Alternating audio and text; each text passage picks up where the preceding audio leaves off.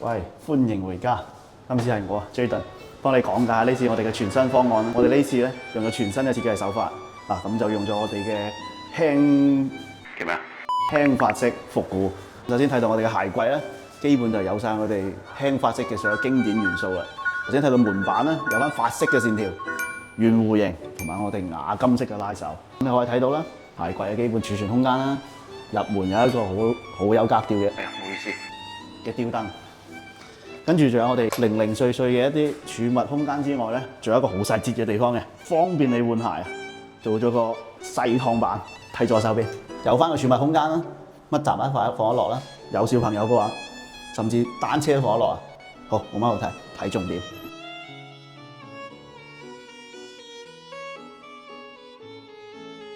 睇翻我哋廁所啦，嗱個門其實好有特點嘅，好經典嘅一個法式嘅造型拉手啦，圓弧同埋我哋法式線條，仲有我哋一個藝術玻璃啦。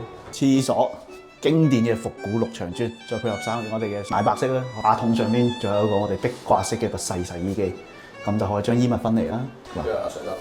呢度咯，睇唔到咩？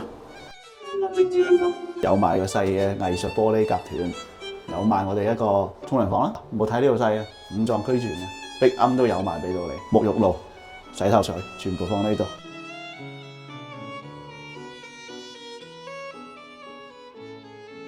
我哋睇下我哋嘅主人房先啦，空間用盡，導入式嘅衣帽間，哇，千尺豪宅先有嘅嘢。好啦，我哋嘅收納區好大喎，唔大啦，放晒啲御用衫㗎咋。呢邊咧仲有一個對開門，甚至連入邊一啲啲嘅空間都用埋佢，做晒掛衣區。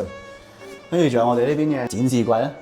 放翻我哋啲展示品，所有嘢用盡晒啲空間。入到嚟咧，有陣時有啲我哋啲大褸啊，唔想洗住先嘅，次淨衣區俾到你，好神奇一個地方。呢度點解會有個凹位咧？會凸起身咧？其實呢個咧就係我哋嘅床頭櫃啦。我以為就冇晒收納嘅地方，放翻低我哋嘅視野。1、2、3、4個櫃筒。呢邊咧其實都係用翻我哋嘅結構咧，去做翻我哋一個置物嘅層板。呢啲空間都唔會浪費啊。平時晚黑起身嗰陣時唔使開晒所有燈嘅。開盞細燈仔，唔怕嘈醒老婆。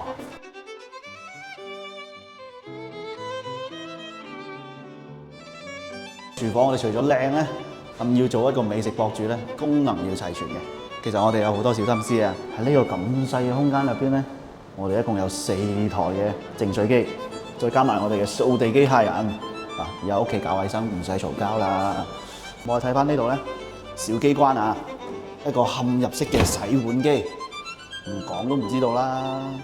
呢個細櫃仔，我哋連呢一個轉角嘅空間咧，做埋櫃桶俾到你，所有收納空間用到盡㗎啦。跟住仲有我哋爐頭底下大嘅櫃桶，所有沙煲罌罉放得晒入邊，所有功能集合晒呢邊嘅。我哋呢個櫃2部洗衣機、烘乾機喺晒度，上面空間咧大嘅收納區，我哋嘅熱水爐，再加埋我哋門板呢邊做埋我哋嘅收納，所有嘅洗衣液、洗衣粉。全部放喺度，再到隔離我哋呢個吉位咧，就放我哋嘅雪櫃嘅。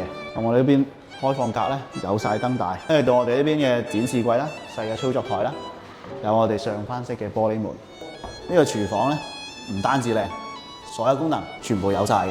仲有我哋呢啲小機關啦，其實我自己都好中意呢個廚房。